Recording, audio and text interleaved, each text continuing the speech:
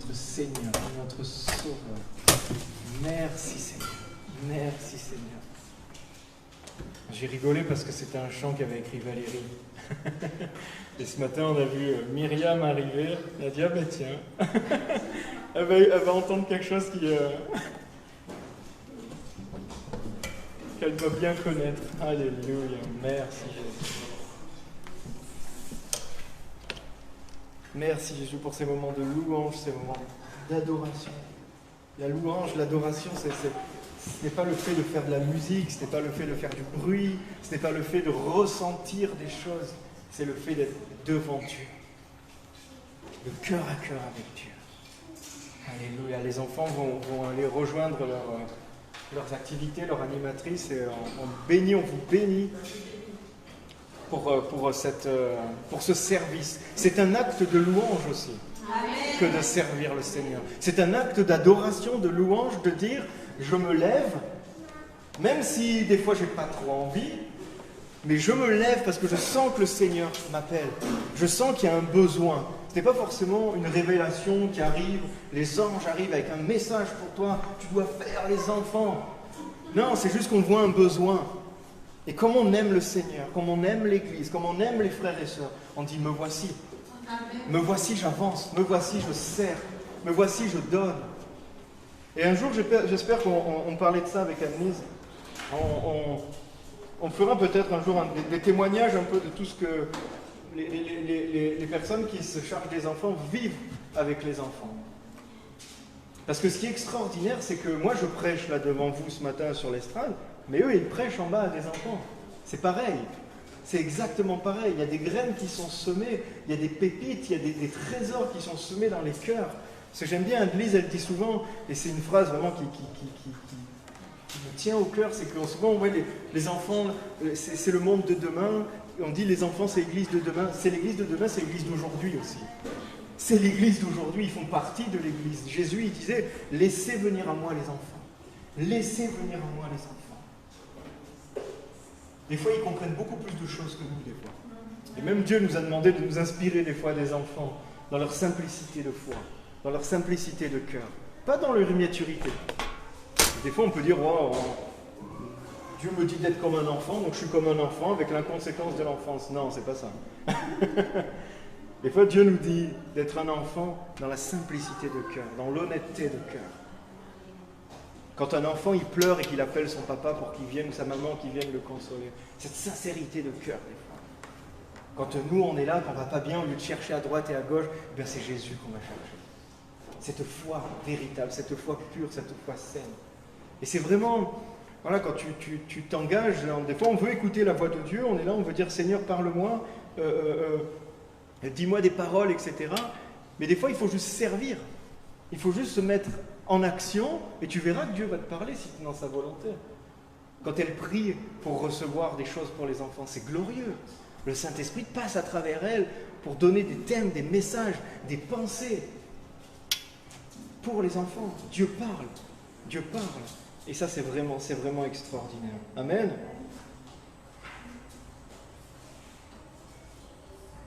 Alors, la dernière fois, il m'avait fait des trucs bizarres, lui, donc j'espère que là, ça ira mieux.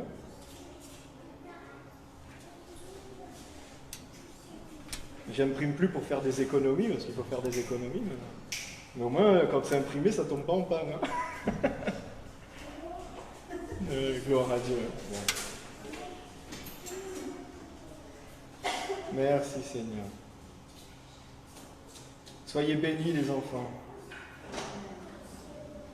Vous allez recevoir des cadeaux de la part de Dieu ce matin.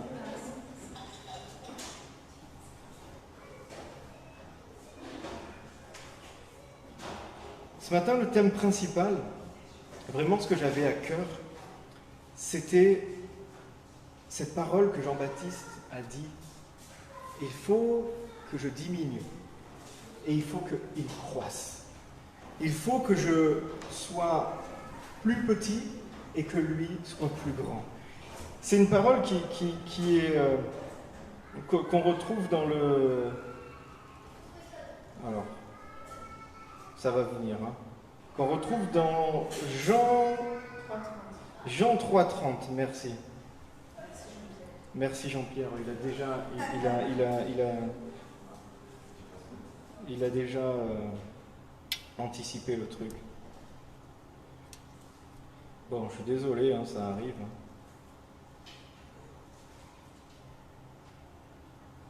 C'est une parole qu'on connaît bien, tout ça. Hein. Oh là là, il va pas me lâcher quand même.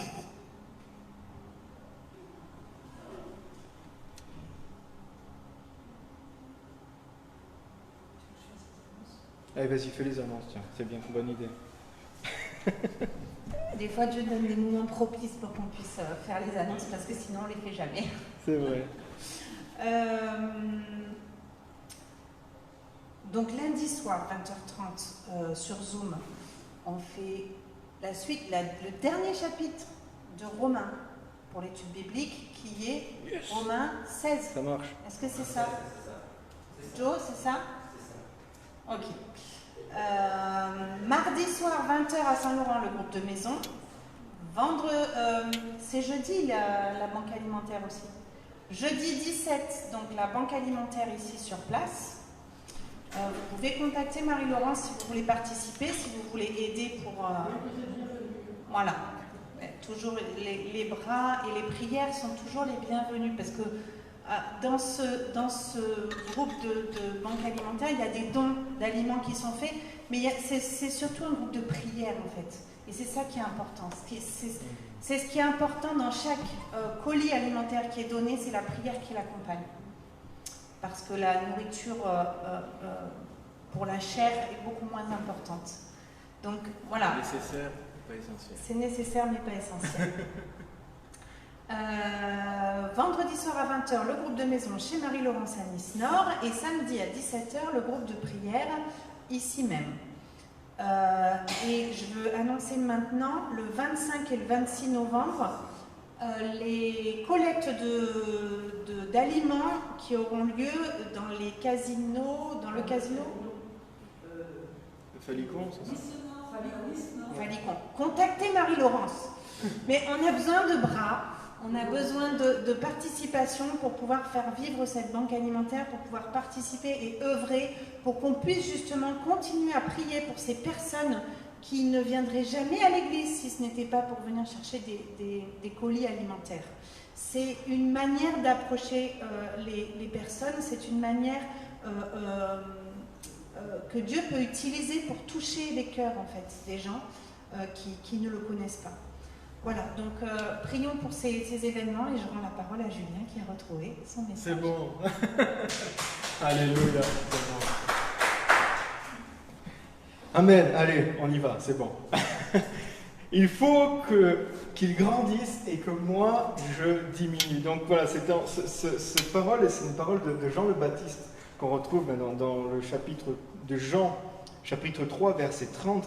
Et le contexte de cette parole, c'est que les disciples de Jean-Baptiste, ils viennent trouver Jean-Baptiste et il lui dit, on peut voir ça au verset 28, « Maître, celui qui était avec toi de l'autre côté du Jourdain et à qui tu as rendu témoignage, le voilà qui baptise et tous vont vers lui. » Et Jean répondit, « Un homme ne peut recevoir ce qui lui a été donné du ciel, ne peut recevoir que parce que ça lui a été donné du ciel.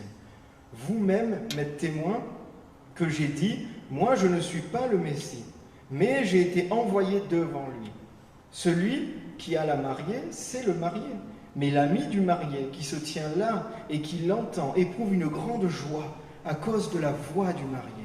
Ainsi donc, cette joie qui est la mienne est parfaite. Il faut qu'il grandisse et que moi, je diminue. » Cette parole est tellement puissante. Elle est tellement pleine d'humilité, elle est tellement pleine de sagesse de la part de Jean. Jean, il avait une influence. Jean, c'était un prophète, c'était un descendant direct de la lignée d'Aaron. Et il n'était pas dans un temple, il n'était pas avec des beaux habits, il était dans le désert avec une peau de chèvre, je crois, une ceinture de cuir, il mangeait des sauterelles et il préparait le chemin du Seigneur. Il préparait le chemin du Seigneur. Et il dit, c'est pas mon influence qu'il faut qu'il grandisse. Ce qui doit grandir, c'est l'influence de Jésus. Et il avait cet amour pour Dieu, cet amour pour Jésus. Et ce matin, dans la voiture, je parlais, c'est marrant parce que c'est comme si j'avais vécu un peu le passage d'en haut qui dit « Celui qui a la mariée, c'est le marié, mais l'ami du marié qui se tient là et qui entend sa voix éprouve une grande joie à cause de la voix du marié. Ainsi donc, cette joie qui est la mienne est parfaite. » Ce matin, j'étais dans la voiture et ce message, j'ai eu du mal à le mettre, à l'articuler parce qu'il y avait pas mal d'interférences, j'avais pas mal de choses dans la tête. Et quand il est sorti, ce matin, j'étais dans la joie. Il y a quelque chose pour ce matin. Il y a quelque chose pour l'Église ce matin. Il y a quelque chose pour les gens qui vont écouter, pour les oreilles, pour les cœurs, pour les esprits qui vont recevoir ce message ce matin. Et dans la voiture, j'étais dans la joie. J'étais dans la joie et Annelise, c'est ce que tu m'as dit. Dieu, t'es joyeux, t'es bien. Je fais oui, parce que j'ai entendu la voix de l'époux. Et il y a quelque chose à dire à son épouse ce matin. Il y a quelque chose à dire à son église ce matin. Il y a un message pour l'épouse, il y a un message pour l'église ce matin, de la part de Jésus, de la part de l'époux. Et ça me met en joie, les amis. Et ça me booste, les amis. Et ça, on peut être fatigué, on peut se coucher à 2h du matin, c'est ce qui m'est arrivé. S'être levé ce matin avec les yeux qui piquaient. Mais c'est pas grave, il y a un message tellement brûlant ce matin sur mon cœur que je suis dans la joie de vous l'annoncer. Je suis dans la joie de vous l'annoncer parce qu'il va être élevé. Parce que Jésus va être élevé ce matin. Moi, je vais essayer de diminuer, de ne pas mettre ma chair dedans, et je vais essayer de l'élever encore plus, encore plus, encore plus, encore plus. Et c'est une clé dans nos vies. C'est une clé dans nos vies que d'élever Jésus. On veut voir Jésus élevé. Alléluia. Il y a un chant qui dit ça. Nous voulons voir Jésus élevé. On veut voir Jésus élevé. On veut voir Jésus glorifié. C'est des choses qu'on veut voir, nous chrétiens. Mais quoi que l'on fasse, de toute façon, Jésus, il est élevé. C'est pas parce qu'on dit Jésus soit élevé que tout de suite ça l'élève. Il est élevé. Il est le roi. Il est glorifié. Il est auprès du Père. Il a son corps glorifié. Il est glorifié. Il est le roi des rois. Et ça depuis sa naissance. Quand les mages sont venus pour adorer Jésus, qui venait de naître, ils sont arrivés devant un bébé. Il n'avait rien fait, mais il était déjà roi. Il n'avait rien accompli, mais en lui était l'amour de Dieu. En lui était tout déjà, alors qu'il était bébé. Les mages sont venus adorer, il n'avait rien fait. Nous, on l'adore maintenant, et avec tout ce qu'il a fait. Mais à l'époque, quand ils sont arrivés, Jésus était déjà roi. Mais on veut le voir élevé. On veut voir Jésus élevé dans nos vies personnelles, dans chacune de nos vies. On veut le voir élevé. Et pour faire cela, il faut le mettre en avant en permanence. Il faut que ce soit lui qui soit en avant en permanence. Jésus doit toujours avoir la première place. Il doit toujours avoir la première place dans nos vies. S'il est mis en second, troisième, etc., je suis désolé, mais ça risque de mal se passer dans ta vie. Ça ne veut pas dire que tu vas éviter des épreuves si tu mets toujours Jésus à la première place, mais tu vas toujours en sortir victorieux. Mais si tu le mets des fois à des places un peu inférieures et que tu te fies et que tu te mets ta foi dans autre chose, je suis désolé, mais ça risque d'être compliqué. Jésus doit toujours avoir la première place dans nos vies. En premier dans nos vies, ce n'est pas mon envie, ce n'est pas mes désirs, ce n'est pas ce que j'ai envie de faire avec mon cœur, avec mon âme. En premier, je dois chercher la volonté de Dieu. Qu'est-ce que Jésus veut faire ? Qu'est-ce que là, où Seigneur tu veux m'amener? Où tu veux me diriger? Où tu veux que je serve? Où tu veux que j'aille? Et là on reçoit une joie parfaite. Une joie parfaite. Je vous avais dit les semaines avant, moi j'ai jamais aspiré à devenir pasteur, j'ai jamais aspiré à vouloir prêcher, mais j'ai aspiré à vouloir servir. J'ai toujours voulu servir Dieu. Dieu m'a conduit ici et ma joie est parfaite. Vous comprenez? C'est là où on va avec Dieu, là où on marche avec Dieu, Dieu nous conduit. Moi, si tu me dis, ce matin tu dors et puis tu arrives et là tu commates sur ton siège, tu écoutes un bon message, mais ça me va. Mais non. Là, des fois, il faut se faire un peu violence, un peu se lever. Et là, notre joie est parfaite. Parce qu'on marche dans les voies de Dieu, on marche de ce que Jésus nous a dit. En premier dans nos vies, ça doit être Jésus. Il faut qu'il grandisse et que moi je diminue. Il faut que son influence grandisse et que la mienne diminue. Il faut que l'influence de Jésus grandisse dans nos cœurs et que l'influence de notre chair, de notre âme, de notre corps diminue dans notre corps, dans notre être. Il doit devenir le plus grand et moi le plus petit. Tout ça, c'est d'autres traductions de ce verset que j'ai pris. Jésus est tout. Jésus est complet. Ce matin, on va parler de Jésus. On va parler de Jésus. On va parler de Jésus et on va parler de Jésus. Alléluia. Il est complet, mes amis. Jésus, c'est celui qui m'a sauvé.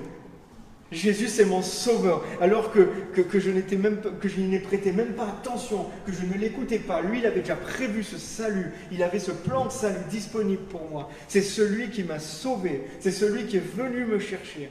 Et c'est le seul par qui je peux être sauvé. Il n'y a pas d'autre nom. C'est le seul par qui je peux être sauvé. Et c'est le seul par qui je peux entrer dans la présence de Dieu. Il n'y a qu'un nom, c'est Jésus. Il n'y a qu'un nom, c'est Jésus. Comme il est dit dans Acte 4, verset 12, « Il n'y a de salut en aucun autre, car il est sous le ciel et sous la terre aucun, notre nom qui a été donné parmi les hommes, par laquelle nous devions être sauvés. » On l'a chanté ce matin, le nom de Jésus. Le nom de Jésus élevé. Il n'y a pas d'autre nom qui puisse nous sauver. Il n'y a rien d'autre qui puisse nous sauver que le nom de Jésus. C'est celui qui m'a baptisé du Saint-Esprit. C'est lui qui m'a baptisé dans son Saint-Esprit. Mais qu'est-ce que c'est glorieux, qu'est-ce que c'est beau, qu'est-ce que c'est... Waouh, il n'y a pas de mots pour définir ça. Ce Saint-Esprit qui me permet maintenant d'avoir cette puissance en moi, cette puissance qui vit en moi, pour être témoin, pour transmettre, pour influencer, pour cette puissance qui m'a transformé, qui transforme. Cette puissance vit en moi. L'Esprit Saint est venu en moi. Pourquoi ? Parce que Jésus m'a baptisé dans le Saint-Esprit. Alléluia. Et ça, c'est lui qui le fait. C'est lui qui nous accorde ce baptême. C'est Jésus qui nous baptise lui-même du Saint-Esprit. Et Jean le Baptiste nous l'avait dit, Matthieu 3, il dit « Moi, je vous baptise d'eau en vue de la repentance. Mais celui qui vient après moi est plus puissant que moi. Et je ne suis pas digne de porter ses sandales. Lui, il vous baptisera de Saint-Esprit et de feu. » Alléluia. Et c'est ce qui s'est passé. C'est ce qui s'est passé. Dieu a envoyé son Esprit. Dieu a envoyé son Esprit. Dieu a envoyé son Esprit. C'est ce Jésus que Dieu a ressuscité. Nous en sommes tous témoins. Élevé à la droite de Dieu, il a reçu du Père le Saint-Esprit qui avait été promis. Et il l'a déversé. Il l'a déversé. Comme vous le voyez maintenant, il l'entendait. Jésus a déversé ce Saint-Esprit. Alléluia. Ça, c'est glorieux. Ça a été ouvert. Il déverse son Saint-Esprit. Il nous baptise dans son Saint-Esprit. C'est celui qui m'a guéri, Jésus. Jésus, c'est celui qui m'a guéri. Jésus, c'est celui qui m'a guéri de toutes sortes de maux, de toutes sortes de maladies physiques, psychiques, émotionnelles, tout. C'est lui qui m'a guéri. Il n'y a rien d'autre qui m'a guéri. Il y a des médecins qui ont pu me soigner, mais c'est Jésus qui m'a guéri. Et c'est Jésus qui continue. Et on s'approche et on prend ses guérisons, on prend ses bénédictions. Dans Matthieu 4, verset 23, c'est marqué « Jésus parcourait toute la Galilée et enseignait dans les synagogues, proclamait la bonne nouvelle du royaume et guérissant toute maladie et toute infirmité parmi le peuple. Sa réputation gagna toute la Syrie. Et lui, on l'a mené tous ceux qui souffraient de maladies et de douleurs, de divers genres, des démoniaques et des épileptiques, des paralysés, et il les guérissait. Alléluia. Alléluia. Jésus, il était là, il guérissait, il relevait. Les démoniaques les démons étaient chassés, les esprits étaient relevés, les émotions, des cœurs brisés étaient restaurés. Alléluia. Alors on peut dire, oui, écoute, ça c'était il y a 2000 ans. C'était il y a longtemps, Jésus il faisait ça quand il marchait sur terre. Ah ouais, mais il y a Hébreux 13, verset 8 qui nous dit Jésus est le même hier, aujourd'hui et éternellement. Jésus est le même hier, aujourd'hui et éternellement. Alors ce qu'il a fait dans le passé, il le fait encore là. C'est encore disponible, c'est encore offert, c'est encore ouvert.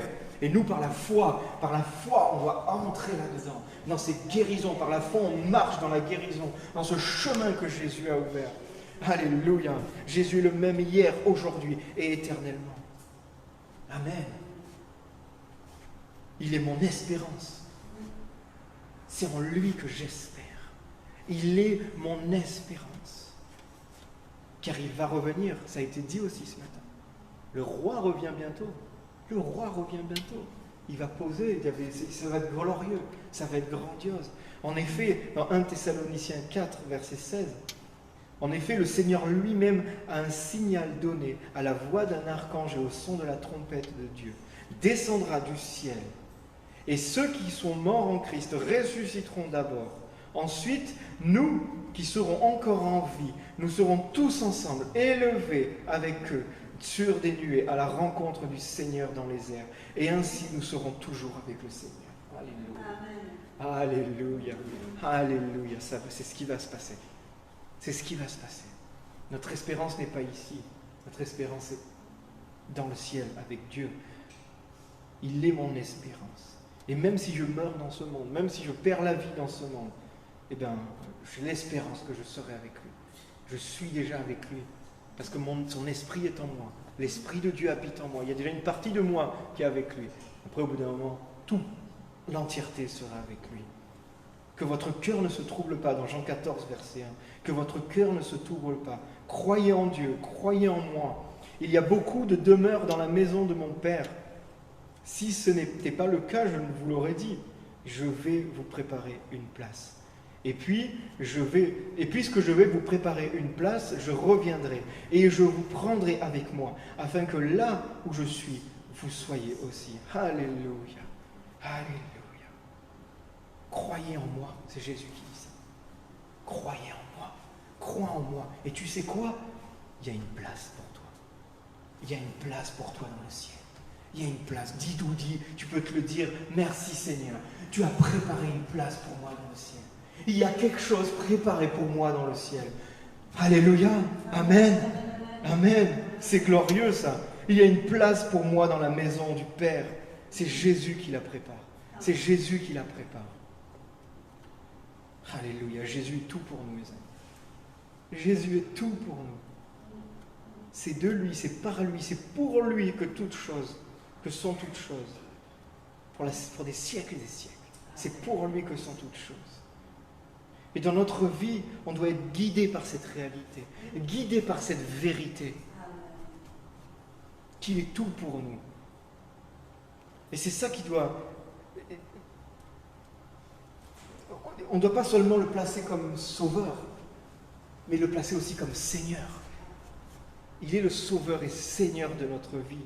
Quand on prend une décision, quand on cherche une voie, on le consulte. Et non pas légèrement, mais comme étant notre associé. Hier, on a eu cette discussion aussi avec Anne-Lise. Des fois, on entend des gens parler en disant, ils nous parlent de leur projet, de ce qu'ils veulent faire dans la vie. Et comme ils sont chrétiens, ils disent, oui mais Dieu, de toute façon, il connaît toutes choses. Et là, tu te dis, ouais, amen, Dieu, il connaît toutes choses.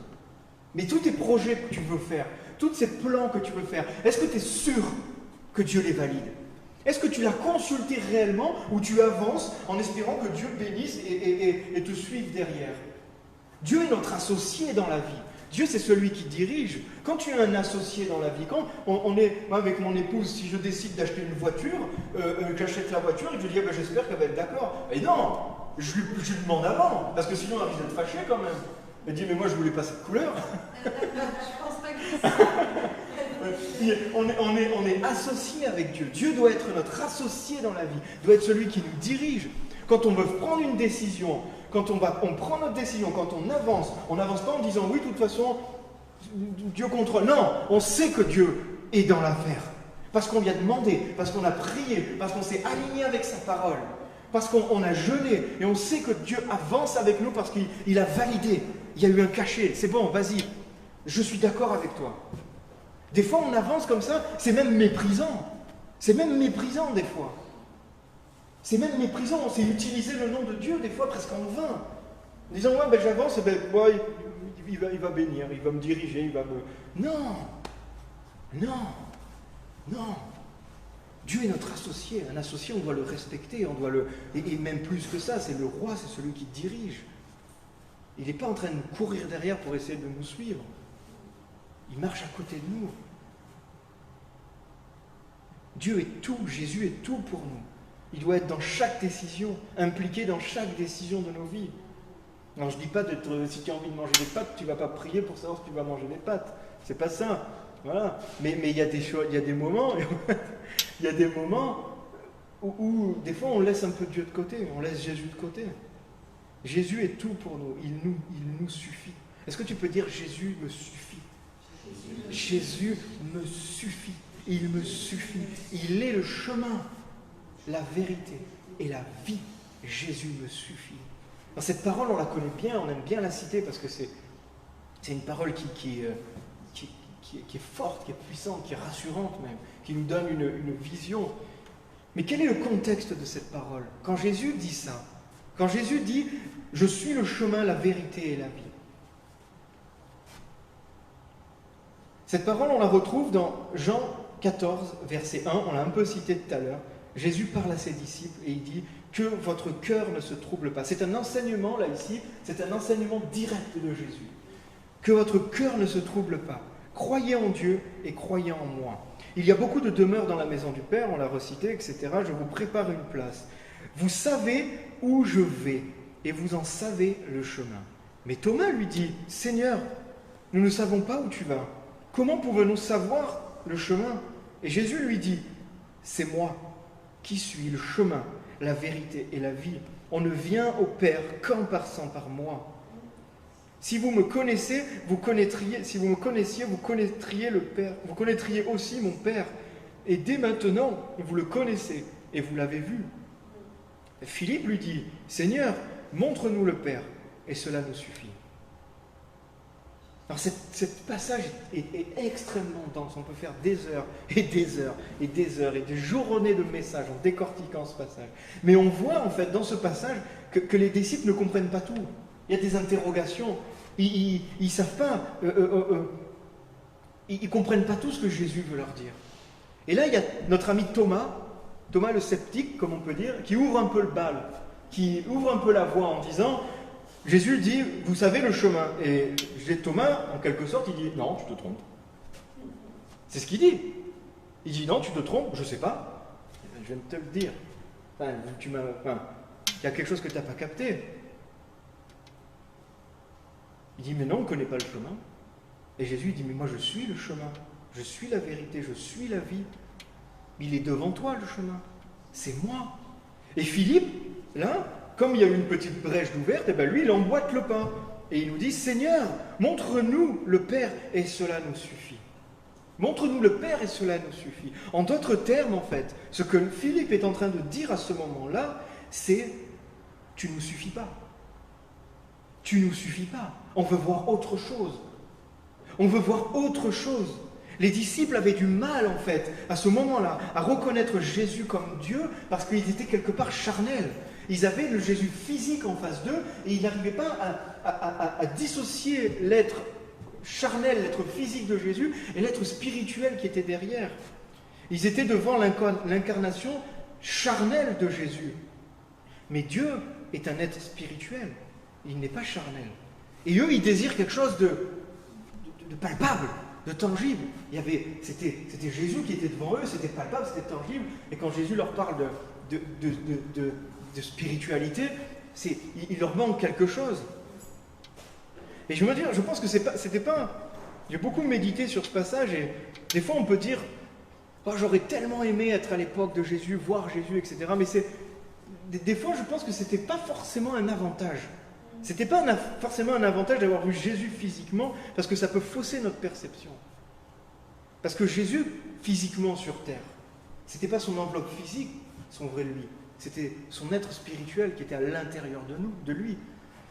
Le vrai Jésus, c'est l'esprit qu'il a disposé en chacun d'entre nous. C'est ça l'essence de Jésus. Ce n'est pas le véhicule dans lequel il était, le corps dans lequel il est. Dieu l'a incarné. C'était ce qu'il y avait à l'intérieur qui est la vraie identité de Jésus. Et des fois, on peut focaliser sur l'enveloppe plutôt que sur la vraie identité de Jésus, qui est spirituelle et non charnelle.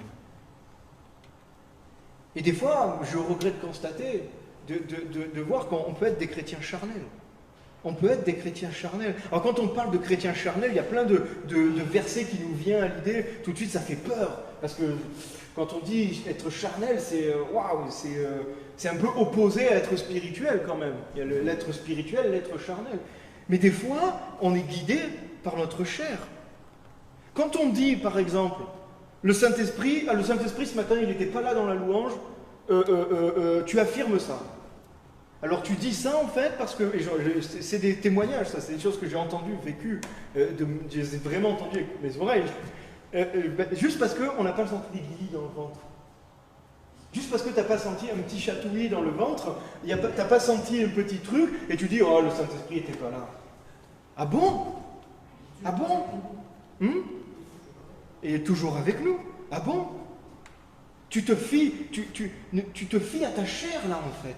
Tu te fies à ce que tu ressens, tu te fies à ce que tes sens en fait te témoignent, tu ne te fies pas à l'esprit. Quand tu demandes des signes, quand on demande des signes, il y en a, ils demandent des signes en permanence. On appelle ça les toisons, comme avec Gédéon, ils demandent des toisons, ils demandent des signes en permanence. Seigneur, montre-nous, montre-nous, montre-nous. C'est pas mauvais d'avoir des signes de la part de Dieu. Dieu utilise des signes. Dieu place des signes devant nous, place des toisons devant nous pour nous dire, pour nous encourager, pour nous confirmer. Mais quand on est permanence là-dedans, quand à chaque fois, avant de bouger, on demande 50 signes, car en fait, on a envie de voir les choses. On a envie de sentir les choses. On se dit que si on le perçoit avec nos 5 sens, ben c'est que ça doit être vrai. Mais ça annule la foi. Ça annule la foi. Et ça veut dire, Jésus, tu ne me suffis pas. Parce que j'ai besoin, ok, le côté spirituel, ok, mais j'ai besoin de sentir des frissons, pour dire, ah, il y a quelque chose qui se passe. Et ça, c'est charnel. Mais ça, c'est charnel. Souvent, on veut connecter avec Dieu par un moyen charnel. On veut connecter souvent avec Dieu par nos 5 sens. Alors que Dieu est spirituel. Et là, il y a un décalage. Et là, on devient des chrétiens frustrés. Parce qu'une fois, un jour, moi, j'ai ressenti physiquement la présence de Dieu. C'était fort, c'était tellement fort. Je demandais, c'est une conférence, je demandais le baptême du Saint-Esprit, je demandais le parler en langue.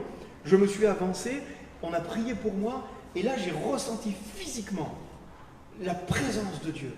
J'avais chaud, que j'en pouvais plus. Il y avait le cœur, il sortait de ma poitrine. Je disais, mais je croyais que je faisais un arrêt cardiaque. Vraiment, c'était vraiment bizarre comme sensation. J'ai ressenti ça physiquement. J'avais l'impression que mon cœur sortait de la poitrine. Le truc s'est arrêté, on est rentré, puis j'étais là, non, je parle toujours pas en langue. Non, ça n'a pas marché. Ça n'a pas marché. Alors du coup, je continuais à prier, je continuais à demander à Dieu. Et en fait, j'étais là, j'ai dit, ah Seigneur, j'ai ressenti ça. Et si tu me donnes le don du parler en langue, et bien ça va être la même chose. Je vais ressentir ce feu, je vais ressentir le cœur qui bat à l'intérieur, je vais ressentir ça. Et pendant des mois, je priais sur ça. Et un jour, j'étais dans la douche, il y a beaucoup de choses qui se passent dans la douche. C'est vrai, hein? J'étais dans la douche et il y a cette parole qui s'est déposée sur mon cœur. Il m'a dit, arrête de demander des choses que je t'ai déjà données. Arrête de demander des choses que je t'ai déjà données. Ça m'a scié. Et j'ai ouvert la bouche. Et là, une langue nouvelle est sortie. Parce que Dieu l'avait fait. Mais moi, charnel, j'attendais de revivre quelque chose comme ça. J'attendais de retrouver une sensation de chaleur. J'attendais de retrouver ça. Parce qu'on me dit, ah, quand il se passe ça, c'est que Dieu est là. Mais non, ça c'est notre être, c'est notre corps, c'est nos 5 sens, ça qui font ça. Ça n'atteste pas de la présence de Dieu. Et des fois, je pense que cette parole, elle peut être pour quelqu'un ce matin. Arrête de demander des choses que Jésus t'a déjà données. Arrête de te mettre devant Dieu, de jeûner, de prier pour demander des choses qui ont déjà été faites à la croix. Quand on demande à Dieu, déverse ton amour dans ma vie, Seigneur. Ça peut être très spirituel, on est là, ça, Seigneur, déverse ton amour dans ma vie. Il l'a déjà fait. il l'a déjà fait. Il l'a déjà déversé ton amour dans ta vie. Tu n'as pas besoin de lui demander. En fait, quand on dit ça, c'est qu'on dit simplement, je ne le ressens pas. C'est juste ça qu'on dit à Dieu. Quand on dit déverse ton amour. Il l'a fait, il a déversé, il a ouvert les écluses des cieux pour toi. Si tu le demandes, ça veut dire que c'est juste parce que tu dis je ne le ressens pas. Alors je crois tout ce qui est marqué dans la Bible, il n'y a pas de souci. Toutes les versets, je les crois, amen, je dis amen, je les prêche, etc. Mais finalement, ça ne me suffit pas. Parce que pour comprendre que j'ai reçu ça, j'ai besoin de le ressentir d'une façon charnelle. Vous comprenez? Et c'est là qu'il y a un problème. Et c'est là qu'il y a un truc qui se télescope. Là, c'est là qu'il y a un truc qui ne marche pas. Parce que ce qui plaît à Dieu, c'est la foi. C'est pas les guilis. C'est la foi qui plaît à Dieu. C'est pas parce que tu ressens quelque chose. C'est la foi qui plaît à Dieu. C'est la foi. Jésus nous suffit. Si tu demandes à Jésus, j'ai faim, je veux plus de toi. Je veux plus de toi, j'ai faim, Seigneur. C'est ce qu'il te répond, Jésus. Et tu mange. Et j'ai tout fait. T'as un bouquin comme ça que tu peux étudier toute ta vie. Si tu le manges, si tu as faim. Si tu as envie que je te parle, ouvre la Bible, lis, vis, marche, avance. Tout simplement. Tout est accompli. Il a pourvu à tout. Il a pourvu à tout. Il n'a pas entendu que tu aies besoin de quelque chose pour pouvoir. Adam et Ève, il n'a pas entendu qu'Adam et Ève eurent faim, eurent soif. Adam il n'a pas dit « Ah Seigneur, j'ai faim ». Non, il a mangé. Pourquoi? Parce qu'avant de créer l'homme, il a créé le jardin. Et il a tout pourvu avant de créer l'homme. Avant de te créer, avant de nous créer, avant de nous envoyer. Il a tout pourvu. Tout est pourvu, tout est disponible. Il a déjà prévu les fruits, il a déjà prévu les légumes, il a déjà prévu l'eau pour étancher leur soif. Et au début, c'est même plus loin que ça, on peut même aller un peu plus loin. Au début, ils n'étaient que 2. Mais il a prévu pour encore bien plus, parce qu'on profite encore de ces bénédictions aujourd'hui. On profite encore de ces bénédictions aujourd'hui. On profite encore de ça. Alors on entend, tout va mal, on va manquer de choses, on va manquer de tout, etc. Il est prouvé que la terre produit assez de nourriture pour l'ensemble de la population. La terre produit assez de nourriture pour l'ensemble de la population. La famine, et les famines, ce qu'on appelle peut-être climatiques, n'existent plus. Il y a des famines, à l'heure actuelle, c'est politique. C'est parce qu'on empêche les gens de se nourrir. C'est pas parce qu'il n'y en a pas. C'est pas parce qu'il n'y en a pas. Alors quand BFM te dit on manquera de tout, on va mourir, on va machin, Dieu te dit tu ne manqueras de rien. Alléluia. Alléluia. Et ça c'est la vérité. Et ça c'est la vérité. Parce qu'on ne manquera de rien. Il a tout prévu. Alléluia. Merci Seigneur. Jésus, tu nous suffis. Jésus, tu nous suffis. On n'a pas besoin de ressentir des choses dans notre être, de voir avec nos yeux, d'entendre avec nos oreilles, de sentir avec nos émotions pour savoir que tu es là. On le saisit par la foi. La semaine dernière, j'étais dans la louange et j'ai eu une vision. Et j'ai vu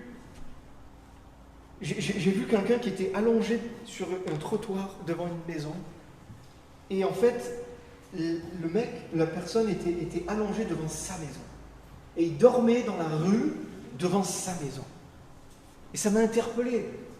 Et je me suis dit, c'est tous les gens qui refusent de croire en Dieu, qui refusent de fléchir le genou, qui refusent d'accepter Jésus dans leur vie. Ils sont sur le trottoir alors qu'il y a quelque chose où ils peuvent entrer, où ils seront accueillis, où ils seront bénis, où tout sera pourvu. Alors j'avais prié dans ce sens-là, dans la louange, il y avait quelque chose dimanche dernier pour les âmes perdues, pour ces âmes qui partent en enfer, qui partent loin de Dieu. Et cette vision m'est revenue encore dans la semaine. Le Seigneur m'a dit, c'est pas que pour eux, c'est pour aussi certains chrétiens. C'est pour aussi certains chrétiens qui sont dehors et qui demandent, Seigneur, donne-moi une maison. Et c'est juste qu'ils ont paumé la clé en fait. Des fois on a juste besoin de la clé. Jésus t'a tout donné. Jésus a tout pourvu. On a toutes les bénédictions dans les lieux célestes, on a tout. Nous sommes guéris par ces meurtrissures, nous sommes guéris. Point barre. Ce n'est pas le médecin qui va te dire que tu es guéri, c'est Jésus qui te dit que tu es guéri. Et crois plutôt Jésus qu'un médecin. C'est plus fiable.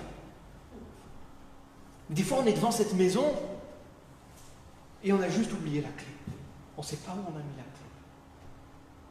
Alors quand on est dans ces choses-là, arrêtons de demander à Dieu des choses qu'il a déjà faites. Mais essayons de chercher la clé. La clé, c'est la foi. Cette clé-là, c'est la foi. C'est avec la foi que tu vas ouvrir la maison et que tu vas entrer dans ce que Jésus a déjà fait, a déjà préparé. Alléluia. Alléluia.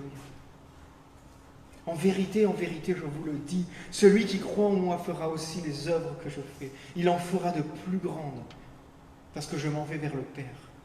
Et tout ce que vous demanderez en mon nom, je le ferai, afin que le Père soit glorifié dans le Fils. Si vous me demandez quelque chose en mon nom, je le ferai.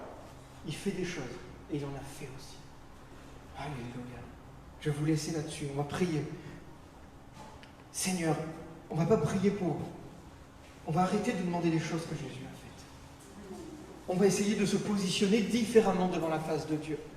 On va essayer de s'orienter différemment devant la face de Dieu. Jésus, il te dit, tu es guéri. Jésus, il te dit, tu es guéri ce matin. Reçois la guérison parce qu'elle est là, elle est prévue, elle est là. Tu es guéri parce que c'est Jésus qui l'a dit. Si tu crois, Jésus te dit, tu es guéri. Si tu as des problèmes financiers, il y a peut-être des choses à aligner dans ta vie, il y a peut-être des choses à redresser dans ta vie. Soumets ça à Dieu. Mais Dieu te dit, tu es béni. Tu es béni de toutes sortes de bénédictions. Tu es béni. Juste, essaye de comprendre mes paroles. Essaye d'ouvrir ton cœur. Essaye d'ouvrir ton cœur pour comprendre ces paroles-là.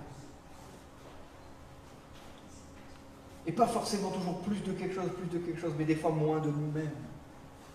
Moins de notre cœur. Moins de notre orgueil, moins de nos peurs, moins de tout ça, moins de notre chair, et plus de toi, Seigneur. Merci, Seigneur, on veut marcher là-dedans.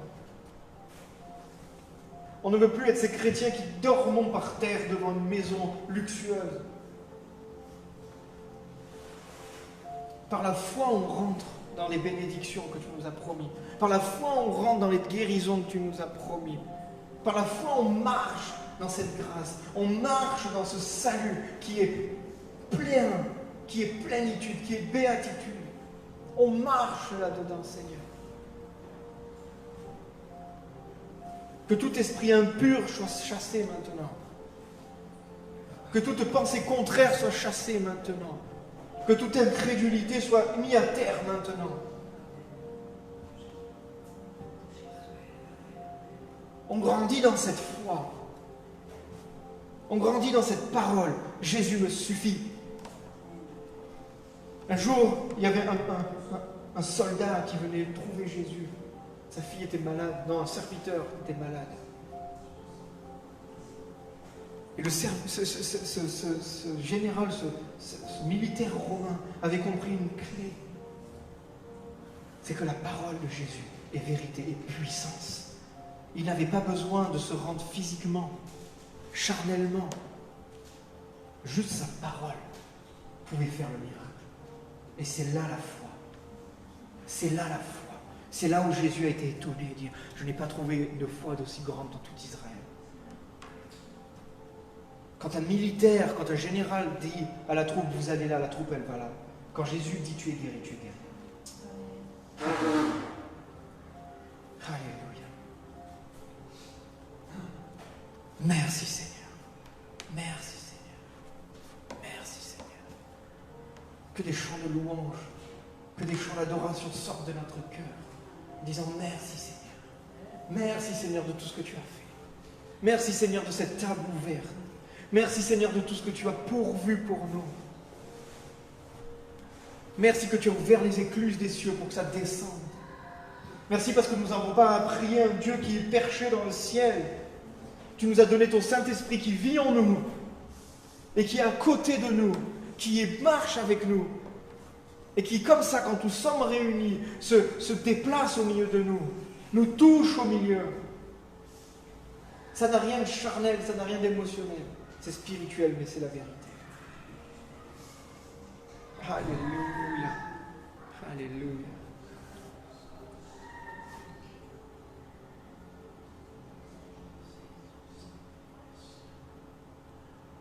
Amen.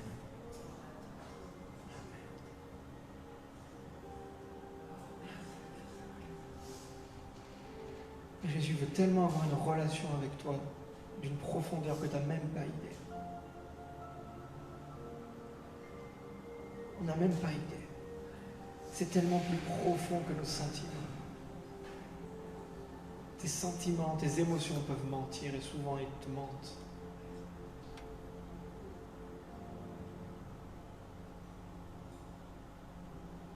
La foi vient de ce qu'on entend vient de la parole de Dieu. À chaque problème, à chaque embûche, on va dans la parole de Dieu. On lit la parole de Dieu. Et on croit la parole de Dieu. Et par la foi, on marche avec ça. Ça n'a rien à voir avec les sentiments. C'est juste une proclamation et une affirmation de la vérité. Alléluia. Alléluia. Merci Seigneur. Tu as un chant? Je peux finir par un chant? Si tu veux, si tu as un chant à cœur.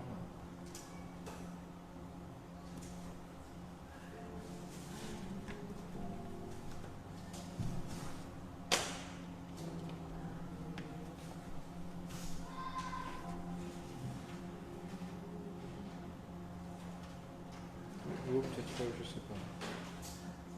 Oui, tu veux ça?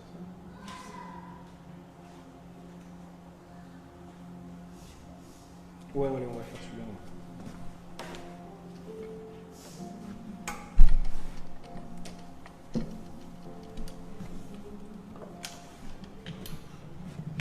On va finir par ce chant qui dit...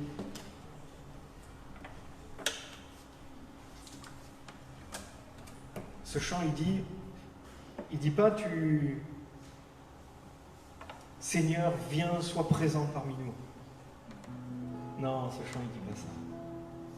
Ce chant, il dit, tu es là, présent parmi nous. Ce chant, il dit, tu es là, présent parmi nous. Je t'adore, Seigneur. Et c'est ça qu'on va lui faire, donc on va monter. Alléluia.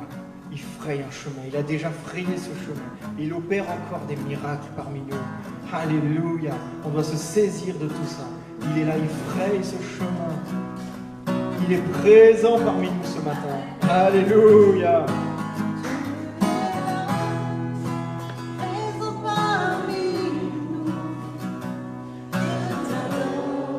Oh, je t'adore, Jésus.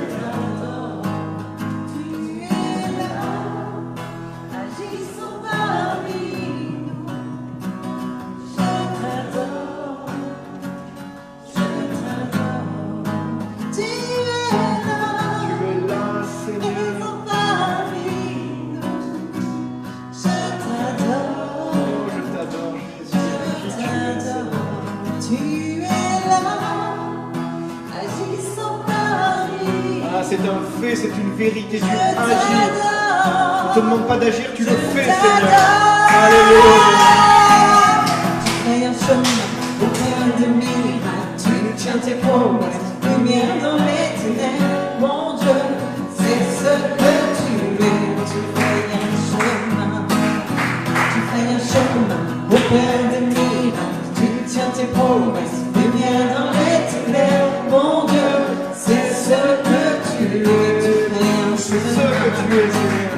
Tu fais un chemin au Père de miracles, tu tiens tes promesses, lumière dans les ténèbres, mon Dieu, c'est ce que tu es.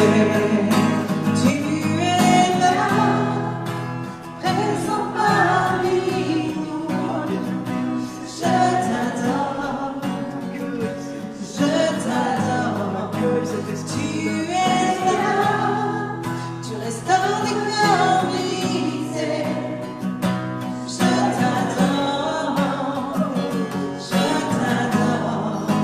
Tu es là, transformant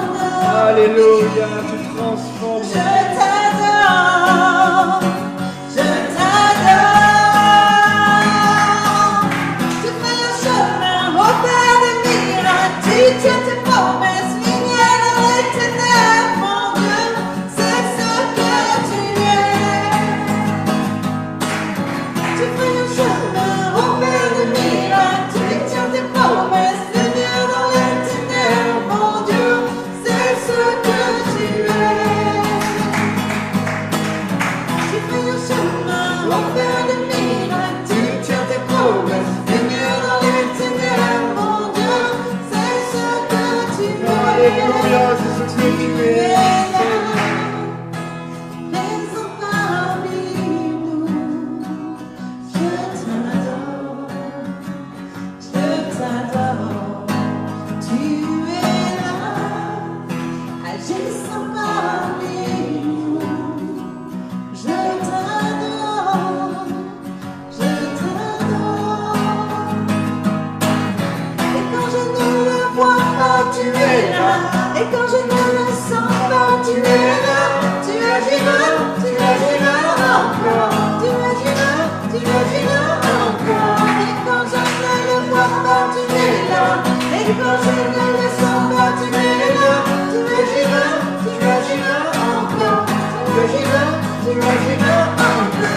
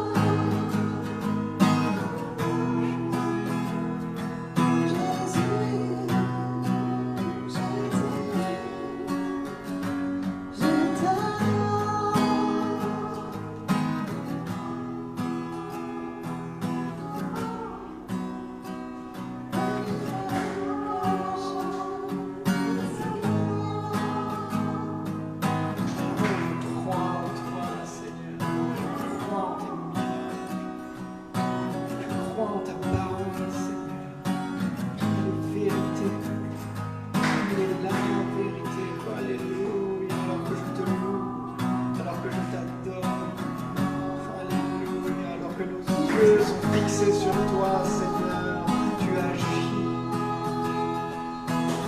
agis par ton esprit, tu viens toucher notre être entier, alléluia, tu viens transformer nos mentalités, tu viens faire écrouler des forteresses de pensée. Amen.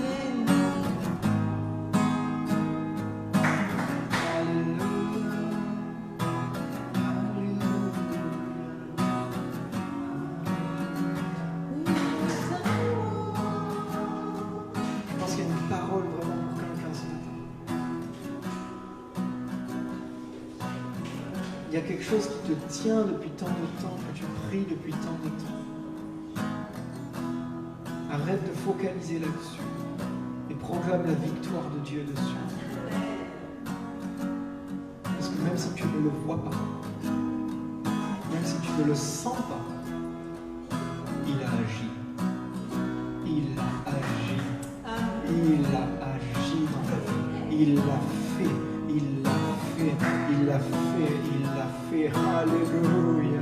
Tu seras étonné de la douceur comment ça se passe. Alléluia. Tu seras étonné. Tu vas dire, mais pourquoi je me suis fait tant de soucis? Pourquoi je me suis fait tant d'inquiétudes? Alors que tu l'as fait, Seigneur, depuis tellement longtemps.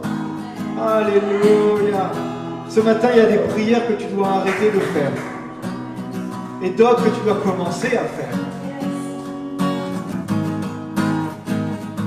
Ce matin, il y a des supplications que tu dois arrêter de faire. Et des proclamations que tu dois commencer à faire. Alléluia. Tu es là, Seigneur.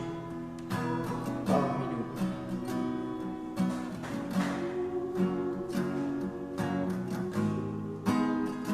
Amen, amen, amen.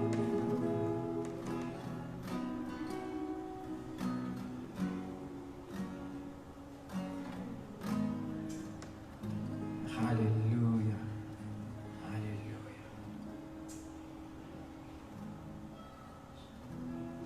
Celui qui a transformé nos vies, on élève un Alléluia. À celui qui est venu nous sauver, on élève un Alléluia. À celui qui a tout accompli, on élève un Alléluia.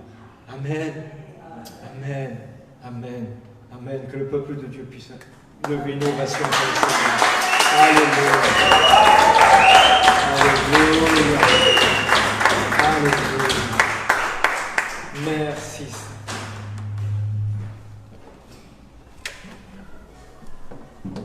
Amen, les amis, soyez bénis pendant cette semaine. On va avoir des témoignages, on va avoir des choses glorieuses qui vont se passer. J'ai foi, et je proclame qu'on va arriver, on va dire, ah mais j'ai saisi cette victoire. J'ai saisi cette victoire dans le nom de Jésus. Alors on a oublié de le faire encore, mais voilà, vous pouvez apporter vos dîmes et vos offrandes aussi. C'est un moyen aussi d'adorer Dieu. C'est un moyen de rendre gloire à Dieu aussi, de participer à l'œuvre de Dieu. Merci pour votre fidélité, parce que ça permet de continuer à être dans ce local. On est bien dans ce local. C'est toujours mieux que d'être dehors, au froid, non? Amen. Et ça permet de faire vivre comme ça le corps de Christ, de faire vivre, de nous réunir. Donc soyez bénis. Il y a une clé dans la générosité et dans le fait de donner à Dieu, parce que tout nous vient de Dieu. Alors on lui en redonne une part. Amen. Amen. Vous êtes bénis, les amis. Amen. Vous êtes bénis, les amis. Et vous êtes beaux. Ah là là là là. Vous êtes presque en train de repartir là, dans un message. Mais là, on va arrêter. Bon dimanche à tous. Ceux qui nous suivent, on vous dit à la prochaine. Voilà.